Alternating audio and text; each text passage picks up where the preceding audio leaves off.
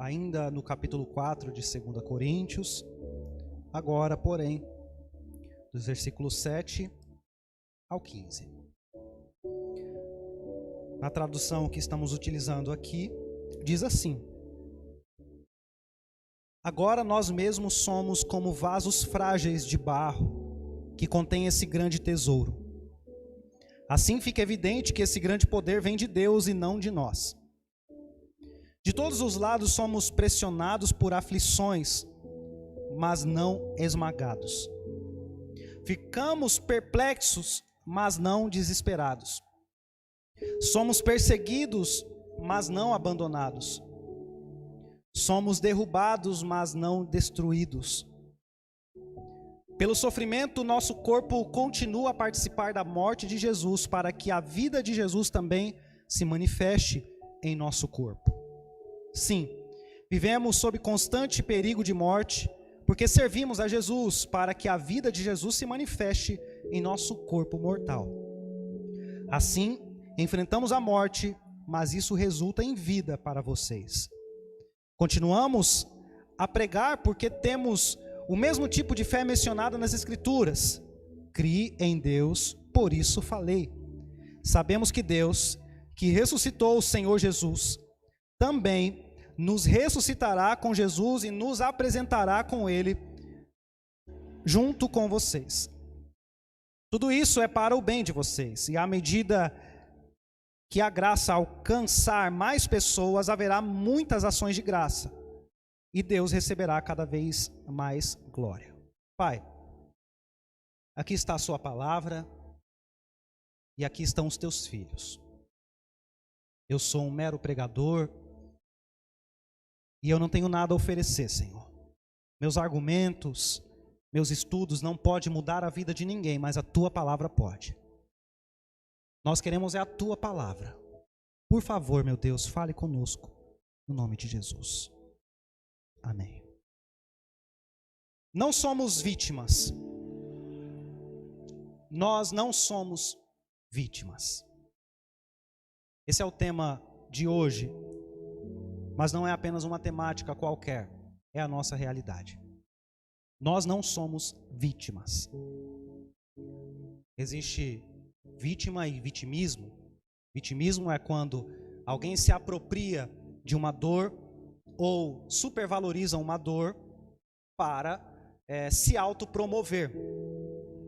Vitimismo é quando alguém supera, mas mesmo assim continua falando da dor, para que as pessoas tenham pena, tenham dó, ou que ele se justifique na sua falta, no seu problema, no seu caráter. Vítima é alguém que sofre alguma coisa e lá não tem ninguém para salvar. Vítima é alguém que sofre uma opressão e não tem salvação. Vítima é alguém que passou por uma situação catastrófica, precisava de ajuda e não tinha ninguém lá para ajudar. Não somos nem vitimistas, nem vítimas. E eu quero trazer a partir desse texto essa palavra que Deus compartilhou comigo, para que possamos ter convicção de quem nós servimos e quem nós somos. Veja, aqui na Epístola aos Coríntios, nós temos um apóstolo se defendendo de falsas acusações. Um apóstolo se defendendo de problemas gerados na comunidade por causa de missionários estrangeiros. E uma das principais argumentações desses missionários era que Paulo tinha muitos problemas. Era que Paulo só andava com dificuldades. Era que era impossível Paulo ser um apóstolo, ser um homem de Deus, ser justo e estar passando por tantas provações. Porque diferente de muitas pessoas, Paulo quando pregava a palavra de Deus e se comparava com Jesus Cristo e então falava dos seus sofrimentos. Veja, aqui ele lança novamente dados sobre os seus sofrimentos. E então, os missionários diziam, esse Paulo só tem problema. É uma contradição, porque ele fala de um Deus que é a salvação, mas ele mesmo não está salvo. Ele fala de um Jesus Cristo que ressuscitou, mas ele está a cada dia pior. Ele fala de um Deus poderoso, mas ele mesmo não está valendo nada. É como o seguinte: imagine que seu pastor, eu que estou aqui falando, ou você que está assistindo, o seu pastor, viesse à igreja com uma roupa um pouco rasgada. Hoje nós temos roupa florida, roupa um pouco mais chique, é assim, coisa barata, mas engana. Mas imagine que o pastor vem sujo pregar. Os irmãos vão ficar meio duvidosos sobre o que ele estava fazendo, sobre o que ele estava aprontando. Por que o pastor está assim? Imagine que o pastor é preso, é solto, é preso, é solto. Imagine que o pastor, ele passa dificuldades financeiras e até passa fome. Você está baseado em um salmo mal interpretado que você diz: o justo não passa fome. Imagine que o seu pastor, o líder da igreja, está numa situação cada dia pior. A conclusão é: tem alguma coisa errada lá. Tem alguma coisa errada. Só para você medir, no ano passado aconteceu assim, vários eventos próximos um do outro, no mesmo dia, de coisas erradas que deu na minha vida e na vida da minha esposa. Assim, uma coisa atrás da outra. Meu Deus, não é possível piorar. E piorava. Aí uma irmã perguntou: pastor, você está orando? Pastor, sim, você está orando? Porque a conclusão é: tem alguma coisa errada. Pastor que prega salvação deveria estar salvo. Pastor que prega bênçãos do céu deveria estar cheio de bênçãos do céu. Mas está o pastor andando de bicicleta, está o pastor endividado, está o pastor passando fome. E então, eu te pergunto: é possível o justo passar tantas provações, tantas dificuldades? Na teoria você diz, claro, é possível. Mas na prática, quando você vê alguém sofrendo, tem alguma coisa errada lá. Tem algo errado lá. E o apóstolo Paulo, no versículo 13, ele faz uma citação do Salmo 116 com um propósito: relacionar a história do salmista com a sua história, relacionar a aprovação do justo com a aprovação dele, mostrar que ele tinha identidade bíblica, mostrar que ele era alguém que estava baseado em alguma coisa. Paulo está citando aqui o Salmo 116, mas não apenas isso, a estrutura desses versículos é quase idêntica à estrutura do Salmo. E por que Paulo faz isso? Para mostrar para os adversários que ele tem identidade religiosa, e para mostrar para a igreja que ele é justo, porque é possível o justo sofrer. É possível. É possível o justo passar dificuldade. É possível. Mas o apóstolo decide então, depois dessa crítica, escrever esses versículos sobre, a partir de um gênero literário, e ele destaca principalmente as catástrofes. E olha só, a partir do versículo 7, ele diz: agora nós mesmos somos como vasos frágeis de barro, que contém esse grande tesouro. Nós temos um grande tesouro, mas somos um vaso de barro. O que ele quer dizer com isso? Se você tiver um tesouro, o Maicon vai ter grandes pedras preciosas em casa. Você vai esconder aonde? Você vai esconder aonde? Você vai esconder em um lugar muito protegido. Compre um cofre ou arruma um lugar, mas nunca vai ser lá na sala da sua casa em um vaso de barro, que qualquer um pode descobrir. Paulo diz: nós temos um grande tesouro escondido em um vaso de barro. Eu sou o vaso de barro. O grande tesouro é o Evangelho. Eu sou o vaso de barro. Deus escondeu em mim o Evangelho. E você pode pensar que o evangelho é só uma pregação, é só uma religião, mas o evangelho é o poder de Deus. Você pode pensar que é só um tesouro qualquer, porque se você encontra ali umas pérolas em um vaso de barro, você vai falar, isso não é nada. O ladrão vai na sua casa, isso que é bijuteria. Ninguém vai esconder uma coisa tão cara em um vaso de barro. Mas o evangelho é o poder de Deus. A palavra do evangelho é a solução para o Covid. A palavra do evangelho é a solução para a sua vida. A palavra do evangelho é a solução para o mundo. E então é o tesouro de Deus guardado em vasos de barro. Isso é em pessoas frágeis, eu e você.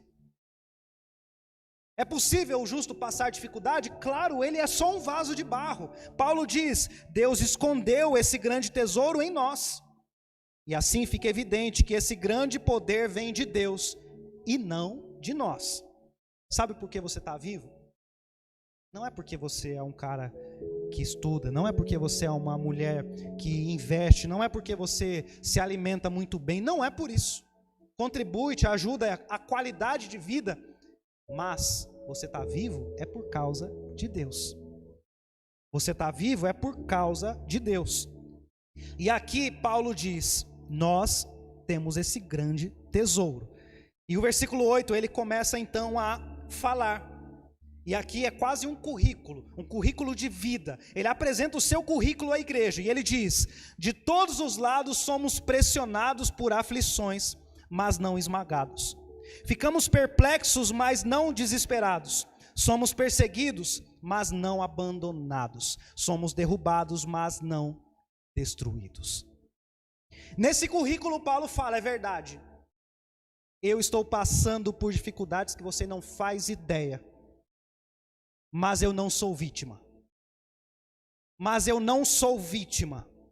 Não tenham dó de mim. Não fique com pena de mim. Não ache que eu estou sofrendo por pecados. Não ache que eu estou passando por dificuldades porque eu não me cuido. Porque eu sou um vaso nas mãos de Deus. E ele diz, eu sou pressionado. A palavra que ele usa aqui, lá no primeiro capítulo ele usa de novo, pressionado, apertado. A palavra literalmente significa isso, apertar alguma coisa. Eu aperto essa folha. Ele diz, é verdade, eu estou sendo apertado, mas eu nunca sou esmagado. Ele diz, nós ficamos perplexos, isso é, ficamos em um beco sem saída, mas não desesperados. É verdade que eu sou perseguido, mas eu nunca sou abandonado. É verdade que me derrubam no chão, mas eu nunca sou destruído. Queridos irmãos, uma vítima é alguém que sofre uma opressão e é esmagada e ninguém o salva. Uma vítima é uma pessoa que passa uma dificuldade e lá não tem ninguém para ajudá-la. Aqui Paulo está falando, o mundo pode me pressionar quantas vezes quiser, mas eu não serei esmagado. O mundo pode me deixar em um beco sem saída, mas eu não ficarei desesperado. O que Paulo está querendo dizer é que nós não somos vítimas, nós somos vencedores. É que nós não somos vítimas, nós somos heróis. É que as provações não vêm para nos destruir, vêm para nos fortalecer. É que o justo passa por provações, mas ele não passa por provações para sofrer, ele passa por provações para vencer. Porque existem pessoas lá no mundo que sofrem e não tem ninguém que as salve, mas você não está sofrendo à toa. O mesmo apóstolo diz em um outro momento, que não há aprovação alguma, inédita, não tem coisa inédita, e que também não tenha livramento de Deus. Deus proporciona, permite passarmos por dificuldades, ao mesmo tempo que Ele proporciona, permite você ter livramento. Você pode estar passando por dificuldades tremendas agora. Você pode estar passando por questões complicadas na sua vida agora, e que você não sabe o porquê. Você não pecou, você não fez nada, por que eu estou passando isso? Irmãos, não é o diabo te atacando, meu Deus, estou sendo vítima, para de se colocar como coitadinho. Para de querer ser vítima. Todas as situações que nós passamos têm um objetivo: superação, ser vencedor. Porque, falando aqui do avô da Ingrid, como exemplo, ter o avô em casa é muito bom, mas ter o avô saindo da UTI, de fato é muito melhor. Ter o Remi na nossa igreja é uma maravilha. Quantas vezes nós tocamos juntos, ele toca a bateria lá na igreja, quantas vezes estivemos juntos no altar, acabava o culto, íamos lanchar, fazíamos alguma coisa.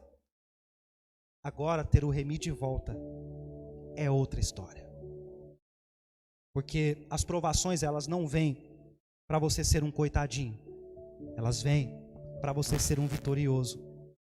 E eu não estou falando aqui uma teologia triunfalista, eu estou falando que nós somos chamados a ser imagem de Jesus Cristo, e para ser imagem de Jesus Cristo, nós precisamos passar por certas dificuldades na vida. E eu prossigo a leitura com vocês, versículo 11, versículo 10, diz assim: pelo sofrimento, nosso corpo continua a participar da morte de Jesus, para que a vida de Jesus se manifeste em nosso corpo. Paulo está dizendo: eu participo da morte de Jesus. Sabe o que nós fazemos todo mês aqui? Nós participamos do quê? É da ressurreição de Jesus? É da morte. Nós bebemos, nós comemos e falamos sobre a morte de Jesus, mas não é apenas o anúncio. Nós estamos participando da morte de Jesus. O nosso corpo está participando da morte de Jesus. E pelos sofrimentos nós continuamos a participar.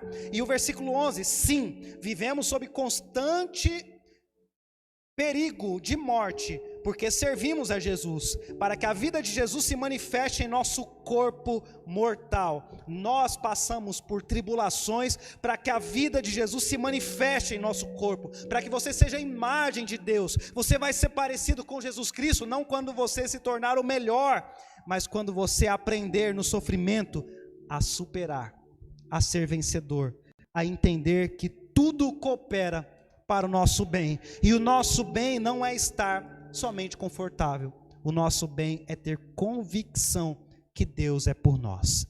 Deus é por nós, Deus é por você. Para de falar: nossa, coitado das igrejas, tudo fechado nesses dias. A igreja não é coitada. Para de falar tadinho do pastor, tadinho da igreja, né? E quantas vezes eu ouvi nessa pandemia mesmo: nossa, pastor, tadinho dos pastores, né? Igreja tudo fechada, tadinho. Que tadinho o quê? Para de ser tadinho. Eu não sou tadinho. E tem uma coisa que eu não quero, irmão, sabe? Eu já ouvi isso de outras pessoas. Quando o pastor vai embora, aí diz assim: nossa, ele era esforçado, tadinho. Era uma benção. Nossa, ele até que se esforçava. Nossa, que não fique isso para mim. Que você não fale isso de mim. Porque eu não sou tadinho. Porque mesmo que eu saia daqui com o meu corpo destruído, o meu interior vai estar renovado. Mesmo que eu saia daqui endividado, com problemas financeiros, eu não sou tadinho. A igreja não é coitadinha.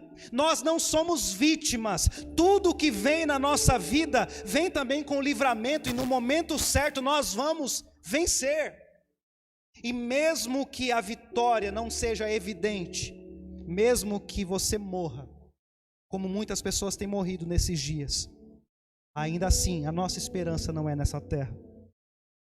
E Paulo continua dizendo, continuamos, versículo 13, a pregar, porque temos o mesmo tipo de fé mencionada nas Escrituras. Cria em Deus, por isso falei.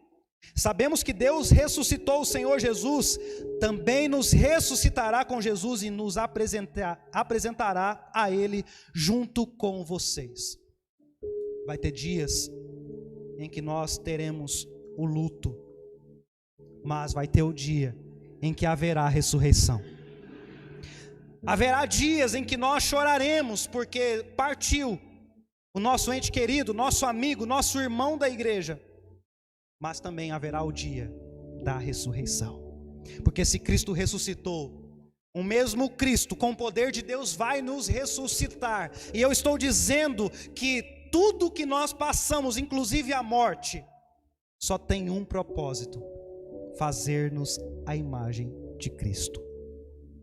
Então, por favor, para de chorar, para de se fazer de vítima, para de falar para as pessoas do seu sofrimento, porque quando Paulo diz, é verdade que eu estou sendo apertado, mas não sou esmagado. Quando você estiver com dificuldade, alguém perguntar, está tudo bem? É verdade, estou passando por dificuldade, mas vai dar tudo certo. É verdade, estou passando por problemas, mas eu sei que Deus vai me ajudar. Nunca termine com a derrota, sempre coloca o mas Deus vai me ajudar. Mas eu não vou ser esmagado, porque apesar de você ser um vaso de barro, quem protege o tesouro é Deus. Quem te protege é Deus. Quem faz você ser vitorioso é Deus. Quem te faz ser um herói é Deus. Então, por favor, participe da morte de Cristo com alegria. Quando você for sofrer, quando você for chorar, e é um paradoxo, chorar com alegria, mas lembre-se de Cristo, e saiba que todas as vezes que vem sofrimento para nós, é para que nós possamos vencê-lo, testemunhar e continuar anunciando, porque o tesouro não é escondido, ele está num vaso de barro para ser proclamado, e nós estamos aqui para proclamar. Então, por favor, se levante da sua depressão, se levante da sua angústia, se levante de tudo aquilo que você está passando agora, das dúvidas existenciais, e vá proclamar o Evangelho, porque o Evangelho ainda é o poder de Deus, porque a palavra de Deus se renova quando você entende que você vai passar por dificuldades, mas sempre vai vencê-las, porque você tem um Deus todo-poderoso. Pai, eu apresento aqui essa igreja, e eu sei que tem pessoas que assistem essa live sorrindo, e outras que assistem chorando. Eu sei que tem gente que tem testemunho para contar, e outras tem pedido de oração a fazer. Eu sei que tem gente que hoje está bem e amanhã vai estar mal. Mas em todas as situações, meu Pai, eu clamo, faça-nos vencedores. Na vida ou na morte, na saúde ou na doença, Pai, no nome de Jesus, restaure o espírito dos teus filhos, e mesmo que o nosso vaso de barro se destrua, o nosso espírito está convicto que o Senhor é a nossa salvação, e não importa quem diga o quanto nós estamos sofrendo, essa igreja não é coitadinha, eu não sou coitadinho, os seus filhos não são vítimas, nós somos vitoriosos em Ti, porque a palavra final é Tua, e a ressurreição virá, e eu creio nisso. Pai, devolva alegria para os teus filhos agora, em cada casa, em cada leito de hospital, em cada ambiente em que essa palavra ecoa, no nome do Pai, do Filho e do Espírito Santo. Amém, amém. Deus abençoe a sua vida, tenha uma excelente semana, e compartilhe essa palavra com muitas outras pessoas que precisam ouvir a voz de Deus.